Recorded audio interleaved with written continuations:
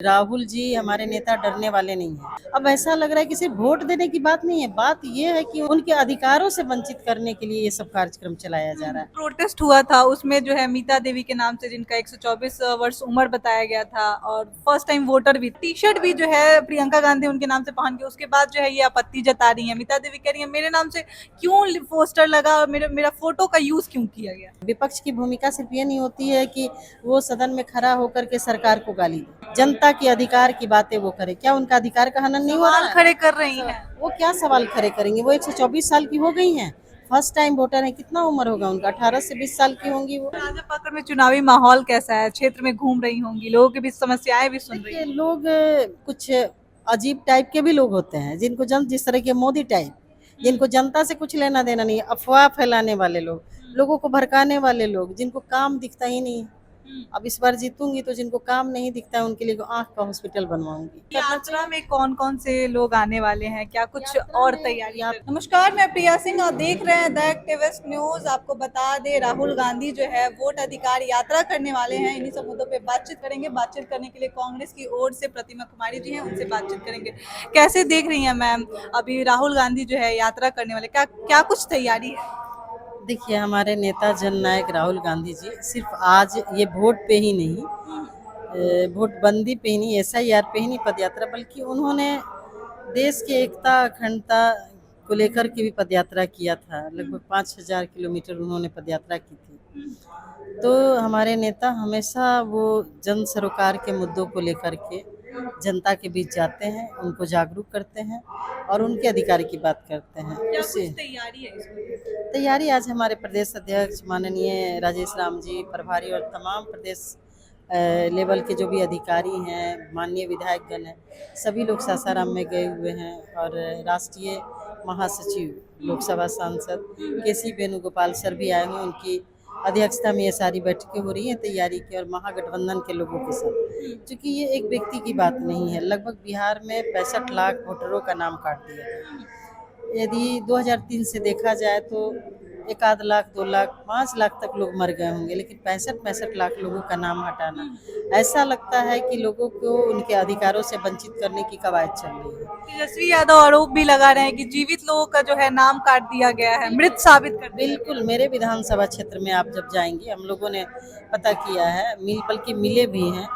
एक विनोद सिंह यादव हैं, उनका नाम मृत की सूची में डाल दिया गया है, जो कि बूथ नंबर 200 पे है।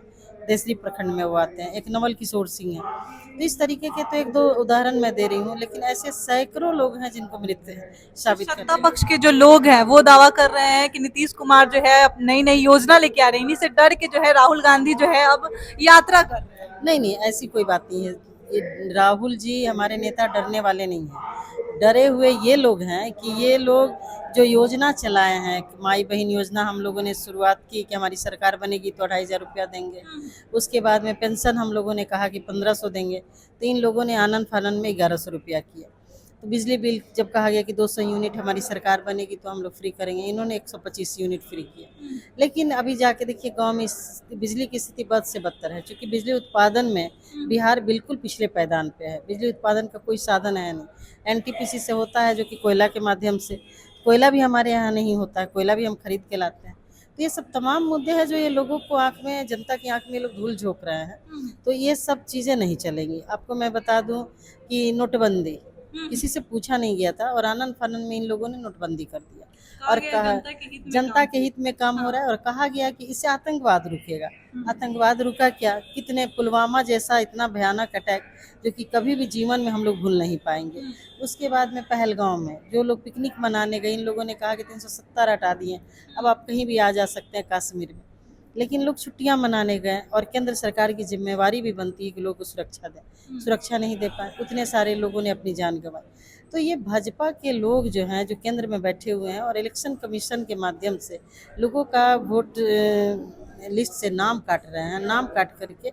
अब ऐसा लग रहा है कि सिर्फ वोट देने की बात नहीं है, बात ये है कि उनको उनके अधिकारों से वंचित करने के लिए ये सब कार्यक्रम चलाया जा रहा है।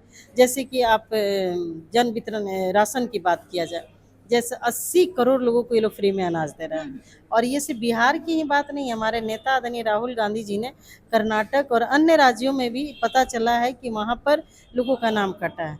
राहुल जी से कहा गया कि आप हल्फनामा दीजिए, आप लिख के दीजिए, लेकिन जब आदरणीय अखिलेश प्रसाद सिंह जी हल्फनामा दिए सबूत के साथ, कहाँ कोई कार्रवाई अच्छा, जब हुई। प्रोटेस्ट हुआ था उसमें जो है मीता देवी के नाम से, जिनका 124 वर्ष उम्र बताया गया था और फर्स्ट टाइम वोटर भी थी, उनके जो पोस्टर जो है लगाया गया, वही टी शर्ट भी जो है प्रियंका गांधी उनके नाम से पहन के, उसके बाद जो है ये आपत्ति जता रही है। मीता देवी कह रही है मेरे नाम से क्यों पोस्टर लगा, मेरा फोटो का यूज क्यों किया गया।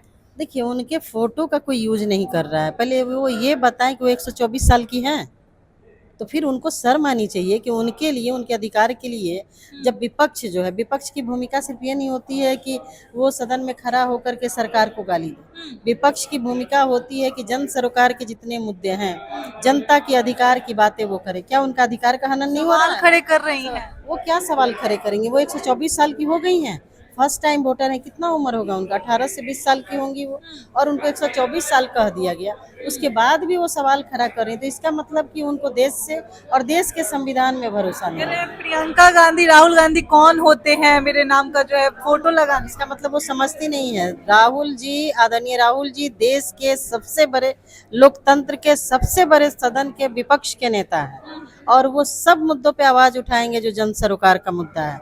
वो कौन होती है सवाल करने वाली कि राहुल गांधी कौन होते हैं? मैं ये सवाल वो जो मीता देवी से पूछती हूँ।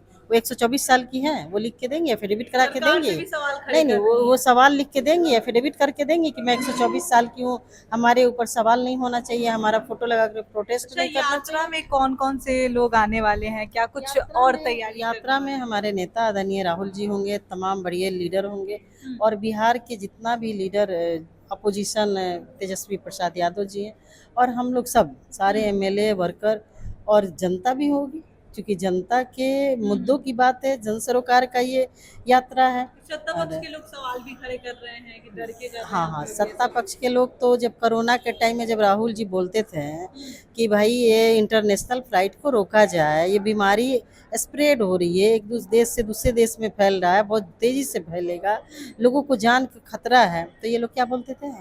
मजाक उड़ाते थे कि राहुल जी पप्पू हैं। जब लोग मरने लगे तो ये क्या करने लगे कि थाली बजाइए।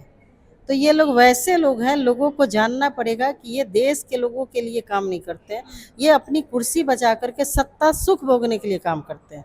ये लोग सत्ताग्रही लोग हैं, ये लोग सत्ता में बैठ के सेवा नहीं कर रहे हैं, बल्कि लोगों को प्रताड़ित कर रहे हैं। राजापाकड़ में चुनावी माहौल कैसा है, क्षेत्र में घूम रही होंगी, लोगों के बीच समस्याएं भी सुन रही देखिए, हैं। लोग जो हैं, जो जनता है वो खुश है, क्योंकि जनता के लिए मैं अवेलेबल रहती हूँ 24/7। लेकिन हर जगह कुछ अजीब टाइप के भी लोग होते हैं, जिनको जिस तरह के मोदी टाइप, जिनको जनता से कुछ लेना देना नहीं है, अफवाह फैलाने वाले लोग, लोगों को भड़काने वाले लोग, जिनको काम दिखता ही नहीं है। अब इस बार जीतूंगी तो जिनको काम नहीं दिखता है उनके लिए आँख का हॉस्पिटल बनवाऊंगी, कि अच्छे से इलाज हो और वो अपने आँख से देख सके आंख से राजा देख ही पाकर का पहले। विकास। हाँ, चलिए, तो हमारे साथ कांग्रेस की ओर से प्रतिमा जी थी। चलिए, फिलहाल के लिए इतना ही। इस खबर से आप क्या सोचते हैं हमें कमेंट बॉक्स में जरूर बताएं। धन्यवाद।